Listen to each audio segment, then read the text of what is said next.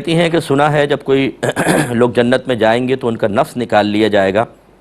کیونکہ نفس دنیا میں خواہشات پیدا کرتا ہے تو جنت میں اس کو نکال لیں گے۔ ایسی کوئی بات نہیں ہے، بلکہ جنت میں تو خواہشات ہوں گی، لیکن وہ بالکل پاکیزہ خواہشات ہوں گی، کیونکہ اللہ تعالیٰ نفس کو جو بھی خواہشات الہام فرمائے گا وہ کوئی گندی ہو ہی نہیں سکتی، وہاں غلیظ نہیں ہوں گی، خراب نہیں ہوں گے۔ اسی لیے نبی کریم صلی اللہ علیہ وسلم نے ارشاد فرمایا کہ انسان جنت میں جس چیز کی خواہش کرے گا اللہ تعالیٰ وہ اس کو عطا فرما دے گا۔ تو اگر نفس ہو ہی نہیں تو پھر خواہش کس چیز کی ہے؟ تو نفس بالکل ہوگا، لیکن بالکل مطیع اور فرما بردار، جیسے انبیاء علیہ السلام کا نفس تو دنیا میں بھی نیک اور فرما بردار ہوتا ہے، اسی طرح اہل بیت اطہار ہیں، صحابہ کرام ہیں، اولیاء عظام ہیں، ان کے نفوس کہاں شرارت کرتے ہیں؟ تو دنیا میں رہ کر جو نفس مطیع و فرما بردار اللہ تعالیٰ کسی کا کر سکتا ہے تو جنت میں بدرجہ اولیٰ ہوگا۔ تو لہٰذا نفس نکالنے کی کوئی حاجت نہیں ہوگی۔ ہاں، شیطان نہیں ہوگا جنت میں، لازم سی بات ہے، وہ تو جہنم میں ڈال دیا جائے گا، لیکن نفس ہمارے ساتھ ہی جائے گا اور بالکل مطیع و فرما بردار ہوگا، اور اس کی ہر خواہش بالکل تابع شریعت اور مطلب معیوب پن سے، فحش پن سے، گندگی سے پاک و صاف ہوگی۔ اگرچہ جو میں نے تابع شریعت کا جو لفظ کہا، شاید کسی کو ڈاؤٹ ہو کہ شاید جنت میں کوئی شریعت ہوگی، شریعت نہیں ہوگی، مطلب اس اعتبار سے کہ جیسے ہمارے یہاں پر ایک شریعت ہے تو جنت میں اگرچہ یہ شریعت وہاں پہ لاگو نہیں ہے لیکن یہ اصول تو چلیں گے نا۔ کوئی ایسا تو نہیں ہے کہ وہاں پر معاذ اللہ ثم معاذ اللہ کسی کے دل میں زنا کی خواہش پیدا ہو جائے کہ کسی اور کی زوجہ کے ساتھ زنا کر لوں، تو دنیا میں یہ ہماری شریعت میں حرام ہے تو جنت میں یہ کوئی جائز تو نہیں ہو جائے گا کہ جی وہاں شریعت نہیں ہے، جائز ہے۔ اس اعتبار سے میں نے عرض کیا کہ ایسی کوئی خراب خواہش پیدا نہیں ہوگی، جو اللہ نے شریعت کے تابع چیزیں رکھی ہیں نفس وہاں پر بالکل ان کا پابند رہے گا، اور اس کے علاوہ ہر اچھی خواہش ہوگی، بری خواہش نہیں ہوگی۔ انہوں نے کہا کہ نماز کوئی پڑھ رہا تھا تو مؤذن نے غالباً اذان دی، جو مجھے سمجھ میں آیا تو اس میں سرکار کا نام اس نے لیا، تو ایک تو اس کو جواب دینے کی نیت بھی کر لی اور درود پڑھنے کی نیت بھی کر لی کہ ہمیں درود پڑھنا چاہیے نام سن کر، کیا حکم شرع ہوگا؟ دیکھیں، یہ جو ایک ہوتا ہے نا کہ اذان ہوئی اور اذان کے جواب کی نیت سے، یہ اصل میں وہ جواب نہیں ہے کہ جس جواب کے اندر آپ یہ کہہ سکیں کہ آپ کسی سے گفتگو کر رہے ہیں۔ اس قسم کا جواب جو ہے نماز کو فاسد کرتا ہے۔ جیسے کسی نے کہا السلام علیکم، آپ نے کہا وعلیکم السلام، یہ فاسد ہوگا۔ کسی نے چھینک مار کے کہا الحمدللہ رب العالمین، آپ نے اس کو جواب دینے کی نیت سے، کیونکہ چھینک کا جواب دینا واجب ہے، جبکہ کان تک الحمدللہ کی آواز آ جائے تو آپ نے یرحمک اللہ کہا۔ اسی طرح کوئی ایسی آیت پڑھی جس میں کویسچن بنتا ہو، آپ نے جواب دینے کی نیت کی، اس قسم کے جو ہوتے ہیں اس سے نماز فاسد ہوتی ہے۔ اور اگر مؤذن کا نام آپ نے اذان سنی اور آپ نے اذان کا درود پاک پڑھ لیا اور قصد و ارادہ بھی یہ ہے کہ نبی کریم صلی اللہ علیہ وسلم کی ذات اقدس پر میں درود پڑھ رہا ہوں، یا اذان کا جواب دینے کا بھی کر لیا، تو اس سے نماز فاسد نہیں ہوگی۔ یہ بھائی نے فرمایا کہ اللہ تعالیٰ ہم کہتے ہیں قدیم ہے اور واجب الوجود ہے، کیا یہ قرآن سے ثابت ہے؟ دیکھیں، قدیم کا مطلب قدیم اس ذات کو کہتے ہیں جس کی کوئی ابتدا نہ ہو، ہمیشہ سے ہو، اسے قدیم کہتے ہیں۔ اور واجب الوجود کا بھی بس یہی مفہوم ہوتا ہے، تھوڑا سا اس میں اضافہ ہوتا ہے کہ واجب الوجود وہ ذات ہے جس کے وجود کا کوئی سبب نہ ہو اور وہ تمام وجودوں کا سبب بنے۔ تو اللہ کے ما سوا کو عالم کہتے ہیں، اللہ کے علاوہ جو کچھ ہے وہ عالم کہلاتا ہے۔ تو بس اللہ قدیم ہوتا ہے اور عالم حادث کہلاتا ہے قدیم کے مقابل۔ اسی طرح اللہ تبارک و تعالیٰ چونکہ عالم کے وجود کا سبب بنا، اس لیے اللہ کو واجب الوجود کہتے ہیں، جبکہ اللہ کے وجود کا کوئی سبب نہیں، کیونکہ وہ تو ہمیشہ سے ہے۔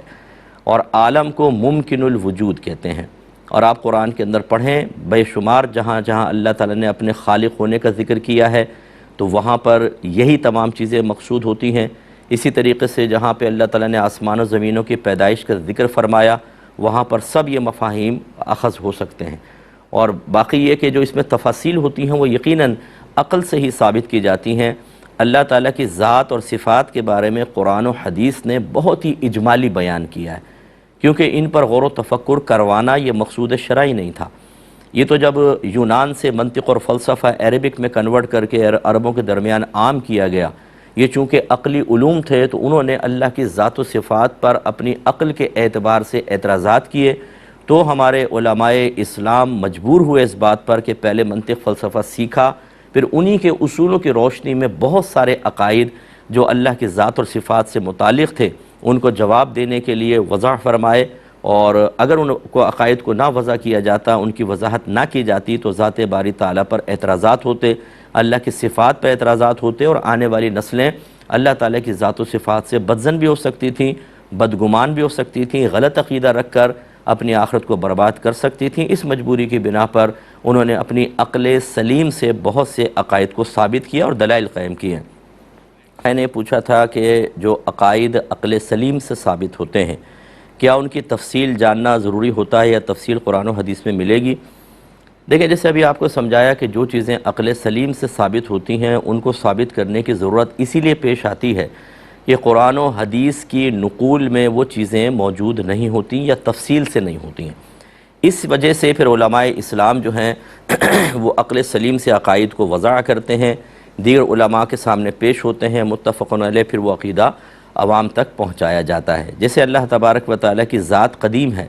ایسی اس کی صفات بھی قدیم ہیں، کیونکہ اگر اللہ تعالیٰ کی ذات کو قدیم مان لیا جائے اور صفات کو قدیم نہ مانا جائے تو اس کا مطلب ہے صفات جب قدیم نہیں ہیں تو حادث ہیں، حادث کا مطلب مخلوق ہیں، اور مخلوق کے لیے خالق چاہیے۔ جب اللہ تبارک و تعالیٰ قدیم ہے اور اس میں صفات تھی ہی نہیں، تو پھر اس اللہ تعالیٰ کی صفات کا خالق خود اللہ تو ہو نہیں سکتا، کیونکہ اس میں تخلیق کی صفت بھی نہیں ہے، تو پھر کسی اور ذات نے ان کو پیدا کیا اور اللہ تعالیٰ کو عطا فرمائی۔ اس کا مطلب ہے اللہ تعالیٰ اپنی صفات میں اس ذات کا محتاج ہوا۔ پھر اس ذات کے بارے میں سوال ہوگا کہ اس کی صفات قدیم تھی کہ نہیں، اور اس ذات کا اللہ تعالیٰ سے معاذ اللہ طاقتور ہونا لازم آیا، پھر ان کے بارے میں ایسے ایسے دور اور تسلسل چلتا رہے گا، اور معاذ اللہ ثم معاذ اللہ اللہ تبارک و تعالیٰ سے زیادہ قدرت رکھنے والی لاکھوں ذوات کو ماننا پڑے گا۔ تو اس طریقے سے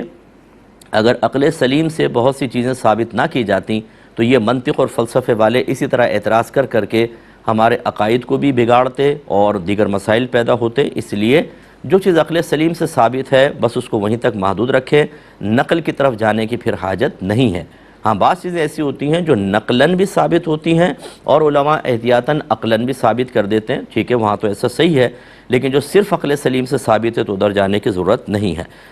یہ کہتے ہیں کہ جو چیز صراحتاً قرآن سے ثابت ہو اس کا انکار کرنا کفر ہے، تو پھر کرامت بھی تو ثابت ہے،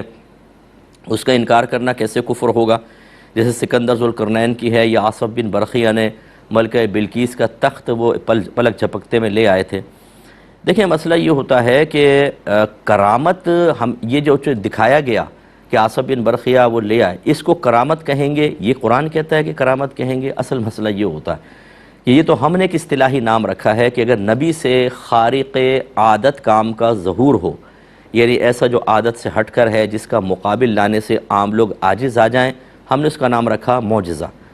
اب اگر ایک ولی ایسا کرتا ہے، غیر نبی کرتا ہے، تو کیا اس کو معجزہ کہیں؟ یہ تو کہہ نہیں سکتے، ورنہ نبی میں اور غیر نبی میں اس اعتبار سے بظاہر مماثلت سی مل جائے گی۔ اس لیے پھر علماء نے اس کا نام رکھ دیا کرامت، وہ نبی ہیں، ان کا نام رکھ دیا ولی۔ تو یہ تو ہم نے اپنے پاس سے کیا، نہیں قرآن سے ثابت صراحتاً تو نہ ہوا کہ کرامت کا لفظ کرامت اس فعل کے لیے لفظ کرامت کا استعمال یہ تو قرآن سے ثابت نہیں ہے، کرامت ہے، ٹھیک ہے نا؟ تو اس لیے فرق ہوتا ہے۔ تو بہرحال لیکن یہ یاد رکھیے کہ قرآن سے بہت سی چیزیں صراحتاً ثابت ہوتی ہیں، لیکن اگر کوئی یہ کہے کہ میں قرآن کی وجہ سے اس کو نہیں مانتا ہوں قرآن کو، تو وہ کافر ہوگا، ورنہ اگر قرآن سے ہٹ کر وہ بعض چیزوں کا انکار کرتا ہے قرآن سے ہٹ کر، تو یاد رکھیں جو چیز ضروریات دین میں سے نہ ہو اس کا انکار کفر نہیں ہوتا، گمراہی شدید قسم کی ہوگی، ٹھیک ہے نا، گمراہی ہوگی۔ مثال کے طور پہ کوئی کہتا ہے میں مکڑی کو مانتا ہی نہیں ہوں، میں نہیں مانتا ہوں مکڑی کو، اچھا قرآن پیش نظر نہیں ہے، میں مکڑی مانتا ہی نہیں، مکڑی کا انکار کر دے، حالانکہ سورہ عنکبوت موجود ہے قرآن پاک میں، باقاعدہ مکڑی کا ذکر ہے، تو کیا یہ شخص کافر ہو جائے گا؟ ایسا نہیں ہوگا۔ یہ تھوڑا سا سمجھنے والی چیز ہے جو آپ ذہن میں رکھیں۔ یہ بھائی نے فرمایا کہ میں نے 40-50 ہزار کی ایک بکری کسی شخص کو دی کہ تم 6 مہینے تک خدمت کرو، پھر غالباً ہم اس کو بیچ دیں گے اور پھر یہ اس کا پیسہ جو ہے پروفٹ آپس میں طے کریں گے، 50-50 لے لیں گے، تو یہ صحیح ہے کہ نہیں؟ دیکھیں، پہلے بھی یہ میں نے کئی دفعہ جواب دے چکا ہوں، یہ طریقہ بالکل غلط ہے اور آپ دونوں گناہ گار ہوں گے۔ وجہ اس کی یہ ہے کہ جب آپ نے بکری اس کو دی، وہ اس کی خدمت کر رہا ہے، تو اس کو جب آپ کسی کو کوئی چیز دیتے ہیں اور اس کی سروس لیتے ہیں، اس کو شرعی اعتبار سے اجارہ کہتے ہیں، اور اجارے کی اجرت ہوتی ہے جس کو سیلری کہا جاتا ہے، آپ کوئی اماؤنٹ اس کو دیں گے، اور یہ فکس ہونا لازم ہے، یہ غیر معلوم نہیں ہونا چاہیے، ڈاؤٹ فل نہیں ہونا چاہیے، بالکل فکس۔ مثال کے طور پہ میں کہتا ہوں بکری کی خدمت کرو، ہر مہینے تمہیں 5000 روپے دوں گا،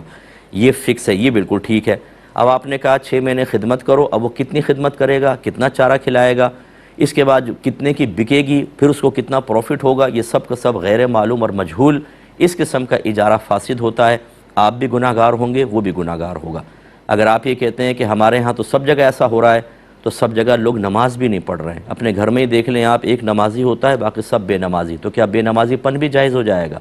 اگر لوگ حرام قسم کے معاہدات کرنے لگ جائیں تو کیا اس سے ہم شریعت کو مٹا دیں گے؟ ایسا نہیں ہوگا، ان کو شریعت کے تابع کریں گے۔ آپ پہل کریں اپنے گاؤں کے اندر، اپنے اطراف کے اندر کہ یہ اس طرح نہیں ہوگا، میں تمہیں بکری دیتا ہوں، 6 مہینے تم اپنے پاس رکھو گے، ہر مہینے کا اتنا پیسہ میں تمہیں دوں گا، 6 مہینے بعد بکری میرے حوالے کر دو، پھر میں کتنے کی بیچ کے کتنا پروفٹ کماؤں وہ میرا، ٹھیک ہے؟ اس طریقے سے آپ کریں۔